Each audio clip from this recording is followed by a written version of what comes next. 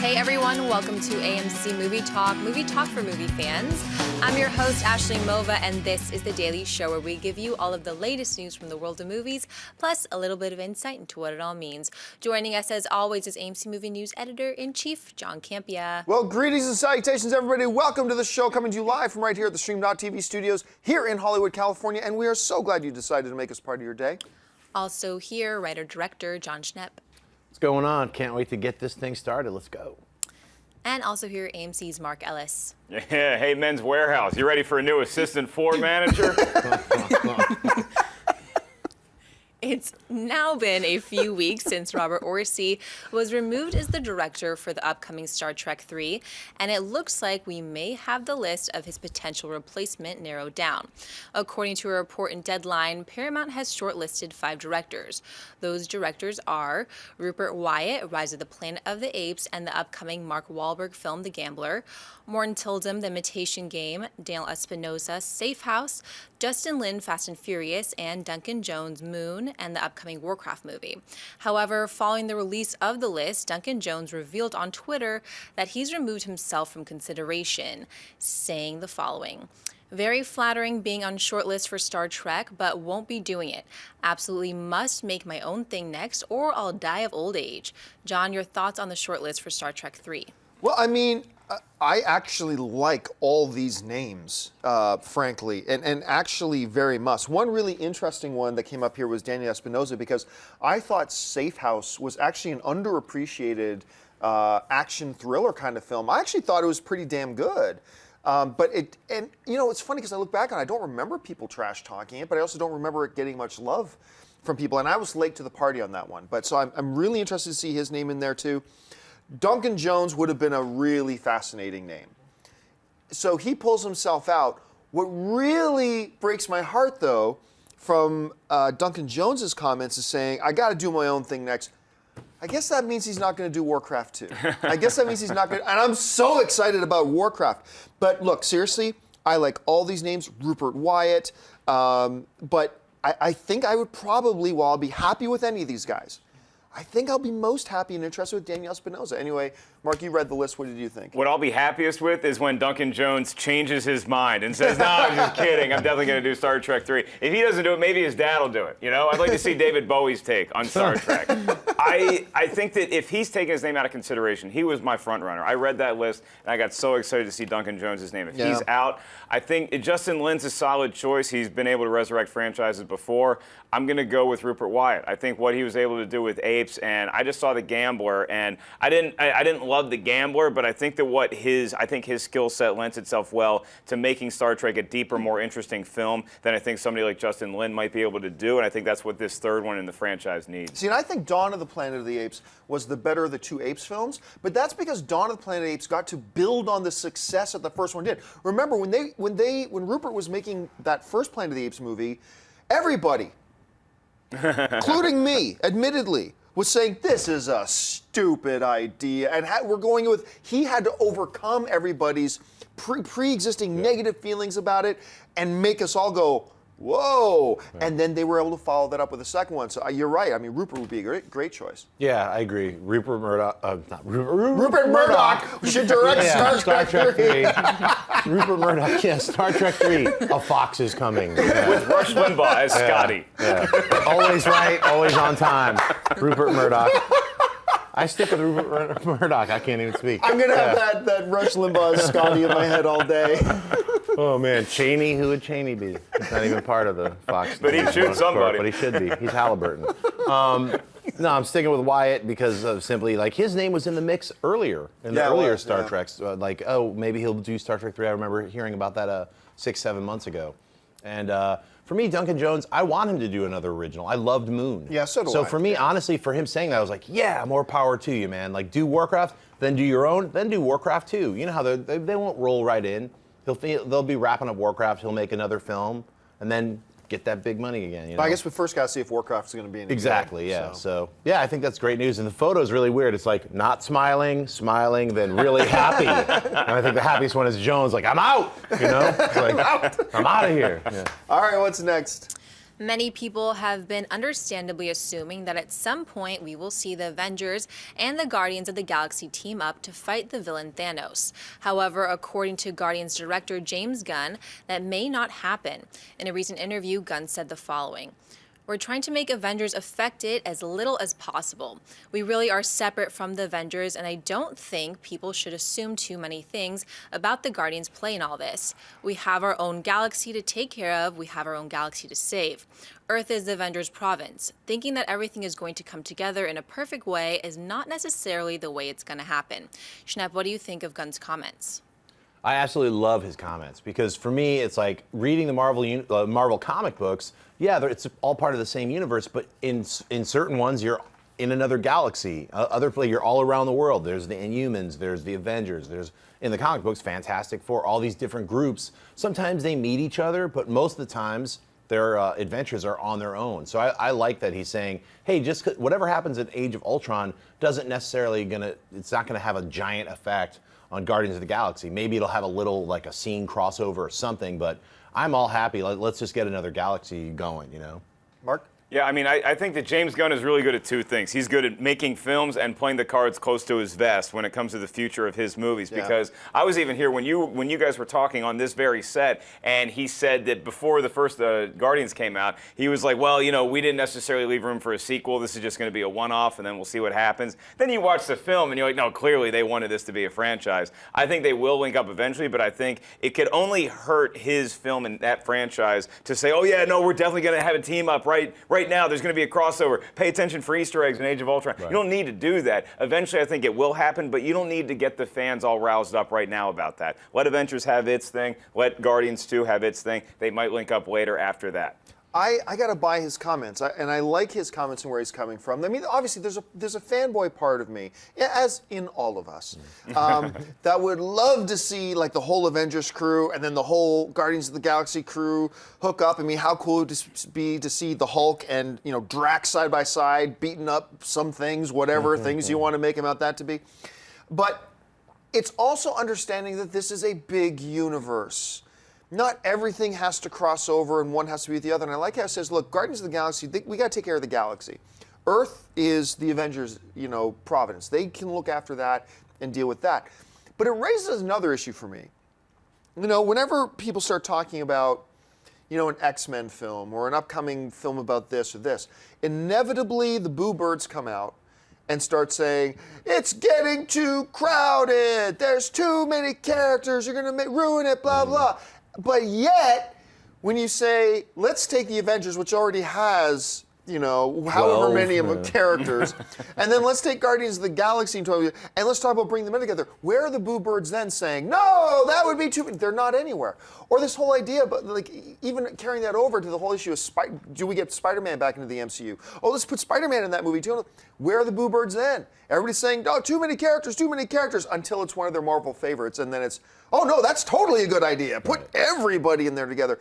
And it raises that one concern and issue I have about these shared cinematic universes again, which is, what happens is, now everybody asks the question, when Iron Man 3 comes out, everybody's on the internet. Why didn't Captain America come and help him? Why didn't, Dr. Banner come and help him out as Thor or as a Hulk? Why didn't Thor come back and help him? And now you're going to start hearing those questions with every single standalone movie. Why didn't Tony come and help Captain America and Captain America Winter Soldier? Clearly he was in trouble. Why didn't he call him? And now it's going to be, why didn't the Guardians of the Galaxy come and help the Avengers fight Ultron or help them come and fight Thanos or whoever else? And it's like, fans are just going to have to accept different characters, let them have their own things, and they don't always have to cross over in every single movie. But the best answer is because they're doing this. Yeah. I mean, just like in comics, they used to show little cutaways. Like, meanwhile, like Spider-Man's fighting Dr. Octopus. Like, that's why these guys aren't here, because not only they're not in the same state, but they're also they're having their own lives and their own adventures. Yeah, so. It's a toss-off line. I don't think you necessarily have to write your entire script around why Iron Man isn't showing up, but it's a lot easier to have a lot of heroes in one film than it is a lot of villains. I think that's when the boo birds come out the most. It's like The Amazing Spider-Man 2, when you're cramming all these villains in there, you don't need them. Heroes, the more the merrier. Let's have one huge villain, which is what Thanos is. So that's when they could all team up. Yeah, it seems that's obvious. In Infinity War 1 or 2, they're going to cross over. So. And again, it's a matter of not how many characters there are, it's about how you use them, right? Because X-Men Days of Future Past, not X-Men Days of Future Past, I'm sorry. Well, X-Men Days of Future Past and X-Men First Class, how many villains were in those things? Yeah, two, three. Well, yeah, maybe easily. 4, Yeah. 5, 6. If you look at like how many bad guy characters are actually in it, there's a lot of them, but they used them right, and so it didn't feel bad, right? So the Amazing Spider-Man, or the first set of Spider-Man films, Spider-Man 3 had 2 villains, and that felt like way too many, you know? So who knows? All right, folks. We've reached that part of the show for buy and sell. Here's how this works. In front of her, Ashley's got a few other items in the world of movie news. She's going to run them down, and those of us at the table are simply going to say whether we buy it or sell it. So, Ashley, what do we got? It's being reported that Whiplash actor J.K. Simmons has joined the upcoming King Kong movie, Kong Skull Island. Simmons joins the only other actor currently on board, Thor's Tom Hiddleston. Mark, buy or sell J.K. Simmons joining Kong Skull Island? That's too many humans in one King Kong movie. Get him out of there. I'm totally buying J.K. Simmons in pretty much any film that's coming out. I'd love to have that guy. I think he's going to be a great addition to Skull Island. I am so excited about this film, by the way, and the fact that you have him and Tom Hiddleston in this movie. I'm serious. Do we need any more humans in this? Let's just go to Skull Island and just see a bunch of monsters fight each other and have J.K. Simmons and Tom Hiddleston narrate the action. That's all I need to see. Like a sports report, like, all right, Kong seems to be taking on the big crab. They'd be like the announcers in Best in Show. It'd be fantastic. I see that coming, man. I hope they go that way. Yeah, he's great casting. He's awesome. He's burned into my mind as J. Jonah Jameson forever. So I just hope they give him back the mustache and be like, but why do I look like J. Jonah Jameson? Don't worry about it. Just get over there near that ape, you know?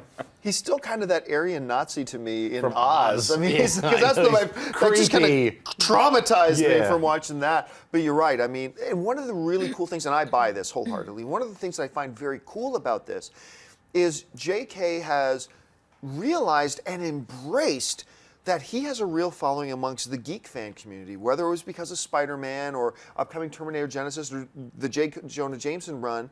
And he's about to get nominated for and possibly win an Academy Award for Whiplash. And he still wants to come back to a genre like this. I love that. Yeah. I think that's so cool. One of the many reasons I love him. So for me, it's a buy. All right, what's next? The trailer for the upcoming Terrence Malick film, Knight of Cups, has just hit the web. The film stars Christian Bale, Kate Blanchett, Natalie Portman, Brian Dennehy, Antonio Banderas, and Frida Pinto. John, buy or sell the trailer for Knight of Cups? Sell. This is clearly a trailer to a Terrence Malick film, which there are a number of Terrence Malick films I really, really dig. But I think everybody will agree, even the biggest of Malick films, strange dude. At least when you look at the films he makes, right? But this is one of those situations where this trailer came out where, honestly, if I took myself out of the situation, just try to look at it for what it was, say, okay, pretend that's not Christian Bale, and pretend that's, you know, the all-star caliber. I loved seeing Brian Dennehy in this trailer, actually. We were talking about before the show started that it's so cool seeing Brian Dennehy in this. And forget that it's a Malick film, although it's almost impossible to forget this is a Malick film when you see it.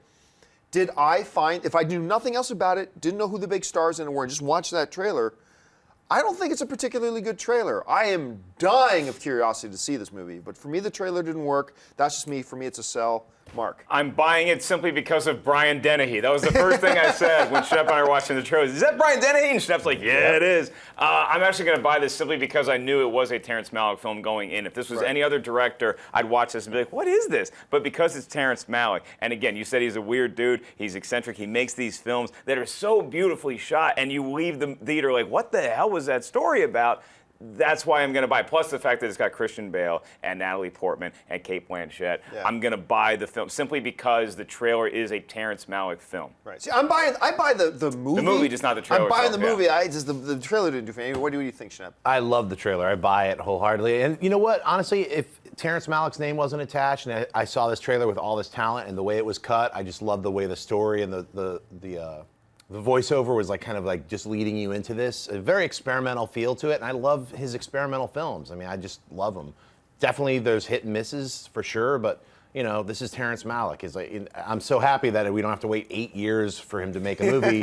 We get one or two. Hey, look, one's awesome, one's not so awesome, one's awesome, but at least it's once a year now, so it's pretty cool.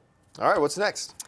With the addition of Wonder Woman to the DC cinematic universe and the recent situation in the comic books, many have wondered if Lois Lane and Wonder Woman will be competing for the affection of Superman in the upcoming Batman vs. Superman film. Not so, says actress Amy Adams, who said the following: "It's exciting to get to bring in all these other characters, and I was really excited that Gal Gadot was involved because it was nice to have another girl on set. Even if we don't work together a lot, it was nice to have her there. They always think that you put in another woman and automatically catfight. No, I think that's a male fantasy thing. I don't think that's reality. I don't know how it will turn out if we're going to be competition, but we are not in this, I can safely say." Jeanette, buy or sell Adams' comments? Did somebody say catfight? That's all I heard out of all that is catfight. Well, male fantasy. What is she talking about? No, I buy all of her comments. She's such a smart actress, and yeah, I think that it was great. Like she said, I'm sure there was like some female bonding. Just be like, hey, look at all this testosterone we're surrounded with. Like, let's just hang out and talk about cool stuff. So I don't know. I buy what she has to say. So we still have to wait how many more years to see this? Oh, it's still so long from now. I'm going to buy them too. And look, you're right. Amy Adams is one of the first things you get when you talk to her is she is frighteningly smart. Mm-hmm. She's intelligent. And what other kind of actor? She's turning into one of the greatest actresses of this generation, right? An actress that can go into something silly, stupid, and fun like a Muppets movie, and then go do hard-hitting Academy Award-nominated performances in others, and then come into Batman versus Superman and play Lois Lane, right? She's got such range and such diversity. And I like that she's saying this. Yes, there are recent developments in the last number of years about Superman and Wonder Woman, and sometimes there's competing for the affection, stuff like that. But just because something is happening in comic books today doesn't mean you ignore the 70-plus years of standard stuff that we've come before it. We got a long ways before that. Don't bring Wonder Woman into any kind of a love triangle with Superman. I'm not saying don't give Wonder Woman a love interest. I'm not suggesting Bruce that. Wayne, perhaps? Maybe Bruce Wayne, maybe, who knows? Maybe Commissioner Gordon and her hit it off. Who knows? How about Aquaman? Or Alfred. Why not Alfred? It's Jeremy Irons. That's Women right. tend to flock to him. And I heard he fights in this one. So, yes, but overall, I think these are great comments. Yeah, I think I'm totally buying these. I think Amy Adams did a really cool thing for Gal Gadot when she's like, hey, we had a lot of bonding on set. We enjoyed each other's company, even though we didn't get to hang out that much. That's huge for an actress of Amy Adams' clout to take somebody like her under her wing who, there was mixed reaction when she was announced as Wonder Woman just because we haven't seen a huge resume from her. So for her to be able to do that and stand up for her on the set, and then the end of the comments when she said that you're not going to see that catfight in this film anyway, that's really cool, and that's going to put a lot of that stuff to bed before it even really gets out onto the chat board. So I think that's a really smart move by her. Although I will point this out, while Amy Adams talked a lot about how her and Gadot had a really good time on set together and they enjoyed each other's company, I noticed not once did Amy Adams say, she's a really good actress. I'm just saying, never saw that. I might have just cut that part out. Yeah, paraphrase. Now I'm just trying to stoke the fire a bit. All right, folks, we reached that part of the show for Mailbag. Here's how this works. In front of her, Ashley's got not a few other items in the world of movie news. If you've got a topic, it's this water I'm drinking, I'm telling you. Okay, if you've got a topic or a question you'd like us to address on the show, you can email us anytime at amcmovietalk@gmail.com. Now, if you're watching us live right now, we do the show live every day, Monday through Friday at 11 a.m. Pacific Standard Time. You can start tweeting in some questions, and we'll save a few minutes at the end of the show to take some of your live Twitter questions. Just tweet to us at AMC Movie News and make sure you're following us there as well. But for now, let's get to the mailbag. So, Ashley, what do we got? Shale Reitz writes, "Hello AMC crew, love your show. My question is, what is up with the movie The Imitation Game and its release here in the USA? It was supposed to open Thanksgiving weekend, but turns out it was only in limited release in LA and NYC, and even there it was only in 1 or 2 theaters. Then heard it was going to be wide release this past weekend, December 12th, still nothing. The latest word is wide release Christmas Day. Now, how can this movie and a movie like Into the Woods be up for Oscars when they basically are not even being shown to the general public yet? Can you explain to me how a movie can be nominated for an Oscar when they are not even released yet? Who decides these things? Because it really makes no sense to me at all." Well, here's the thing. There's a thing about Oscar eligibility. What makes your film eligible for the Oscars? And different categories will have different criteria as well. But to be eligible for Best Picture, there's several criteria, but the one we're talking about here basically is, and correct me if I'm wrong, but to be eligible for the 2015 Academy Awards. They're going to be happening in early March, I believe it is. Your film has to play in X number of screens, and it's a small number of screens, in New York and in Los Angeles. And as long as your film, it might even just be one in New York and one in Los Angeles, as long as you have a public screening where anybody can come and buy tickets to it, even one day in Los Angeles in the calendar year of 2014, then you are now eligible to be for that upcoming Oscars. And what happens is a lot of these, we were talking about this on Mailbag this past weekend actually, what some of these studios will do with these films that they think are small films, but we know this film is excellent and we believe it's going to get some Oscar buzz. We can profit from the Oscar buzz and get more people to see this movie than would have otherwise. So if they put this movie, if they put Imitation Game out, which wasn't going to get a lot of a huge audience to start with, they put that movie out in October, it's going to get so many people to see it. But if we put this out in limited release in December and then wider in January, and it starts getting its Oscar buzz and Oscar nominations, then it's going to make more money at the box office because now more people are going to be interested in seeing it. So to be eligible, just got to play in a tiny number of theaters in the calendar year of 2014. And the reason they do it is they don't think it'll make much money otherwise, but if they release it during a time when they know it's going to get Oscar buzz, that will increase the amount of money that it makes. So it really makes perfect logical sense. Or maybe it doesn't make sense. To me, it makes sense. What do you think? That's part of the equation. The other part is how do these get nominated? Because no normal person has seen it. Like if I'm in Nebraska, you're not seeing Into the Woods. I'm glad you brought that up. Thank you. Yeah. It's AMPUS. It's the Academy. So basically there's screeners and there's like all of us in LA who are in the biz. We get to go see these movies. And guild screenings and Academy screenings. Yeah, so there's the Writers Guild, there's the Directors Guild, there's the SAG. So we all vote on our particular guild. So I'll be voting for Best Director. Actors will be voting for their Best Actors categories.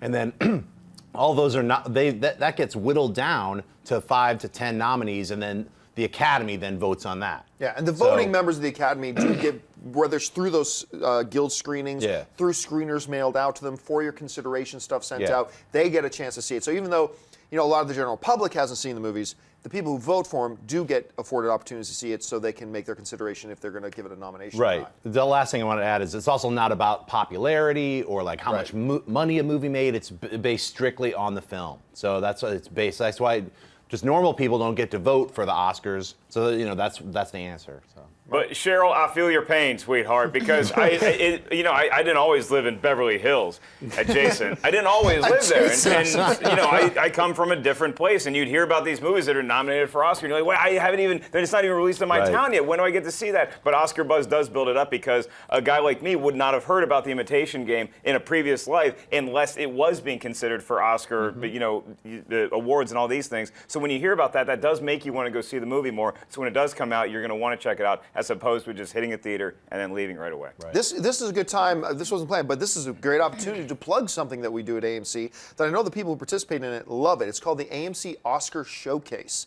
And what we do every year at AMC is that we take all the films that are nominated for Best Picture, and then in the week or before the Academy Awards, we run a marathon that you can buy like one ticket and watch all the Oscar-nominated films. So if you're like behind on if there's like 9 nominated films and you haven't seen 6 of them, the Oscar Showcase is an amazing. I know a number of people who go to this every year, and it's like one of the highlights on their movie-going calendar every single year. You go, you buy 1 ticket or 2 tickets if we split it up over 2 days, and you get to see all these films that are nominated for Best Picture to make sure you have a chance to see them. So keep your eye open. I'm sure we'll talk about the Oscar Showcase more in the coming weeks and months, but keep your eye open for that. Do you guys put Tango and Cash in there just like it was like a goof? Like in the random, It was Oscar nominated in another dimension. Yeah.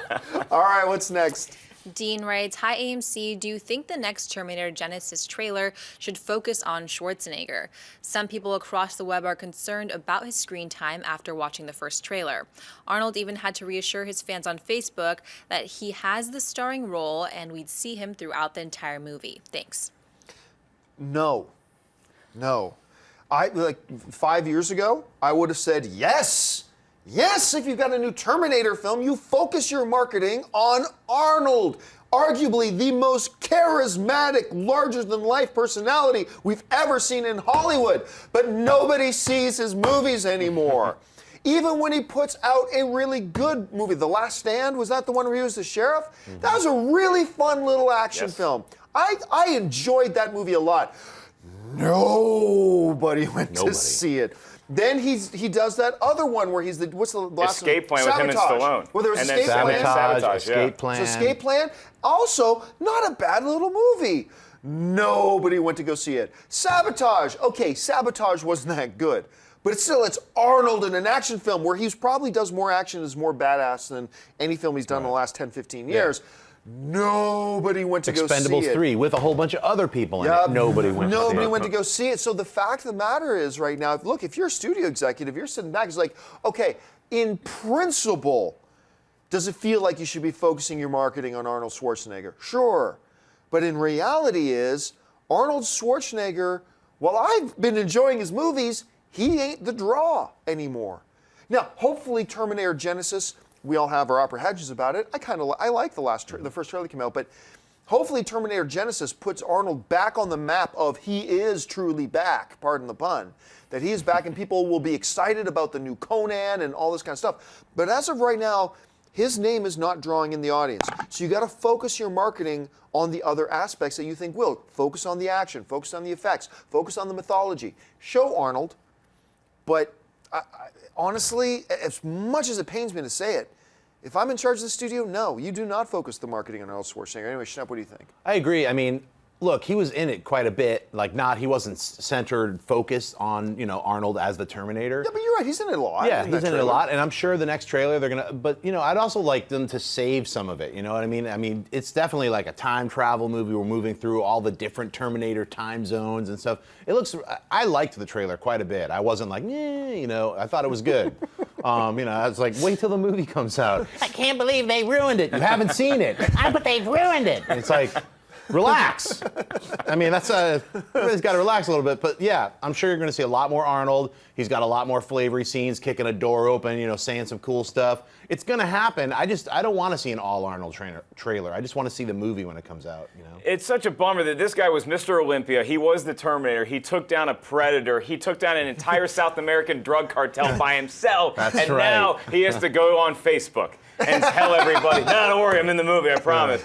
However, I am the lead character. I go with you guys. This is the way to sell this because I thought the Genesis trailer was rad, and I liked seeing that initial shot of Arnold. I was like, oh yeah, he's in this too. Yeah. But then the end, when he was in the helicopter and he's saying those witty one-liners, that's when the trailer started to lose me a little bit. So don't give us all of that in the film. And again, like what you said, he alone is not going to bring people into a movie anymore, even if it's got the Terminator lore. So you have to show us what else you're doing with Terminator in the trailer and let us know that Arnold's in it, but you don't have to show us all of his stuff. Yeah, don't show us showing every time in the movie that he's going to say, I'll be back. Right. Please don't show us a trailer where he says, hasta la vista, Right. baby. Just show us more of him spinning a shotgun, cocking it, and blowing things away. Show us more of that. Yeah.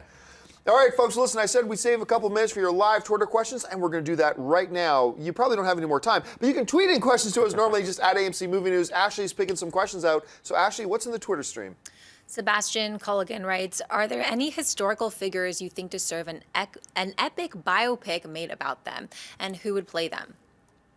Well, deserve is such a, it's a weird, of course there are. There are thousands of people who deserve one, but ones that would actually make for a compelling, watchable film that people would want to be interested in going to see.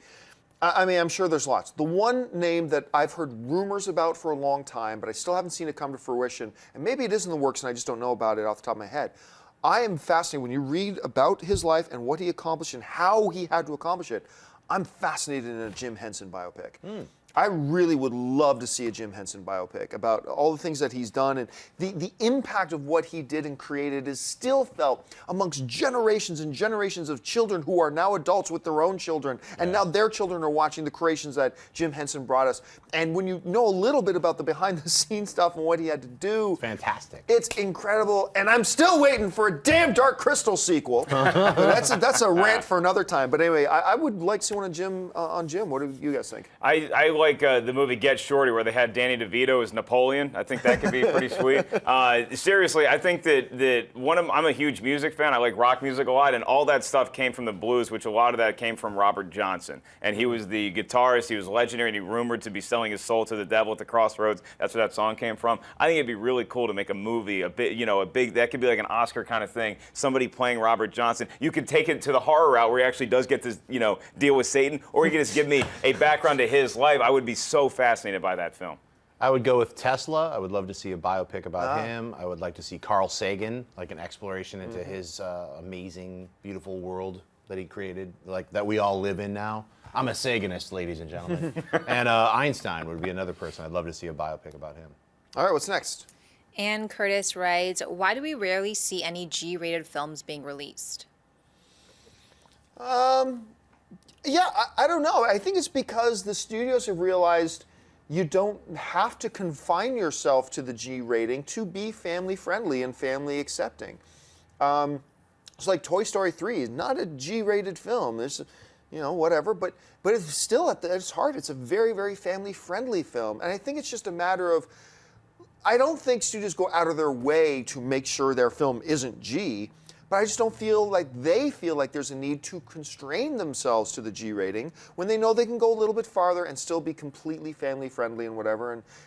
Look, I'm not a parent, so I don't know for sure, but from the outside looking in, that's the way I see it. What do you guys think?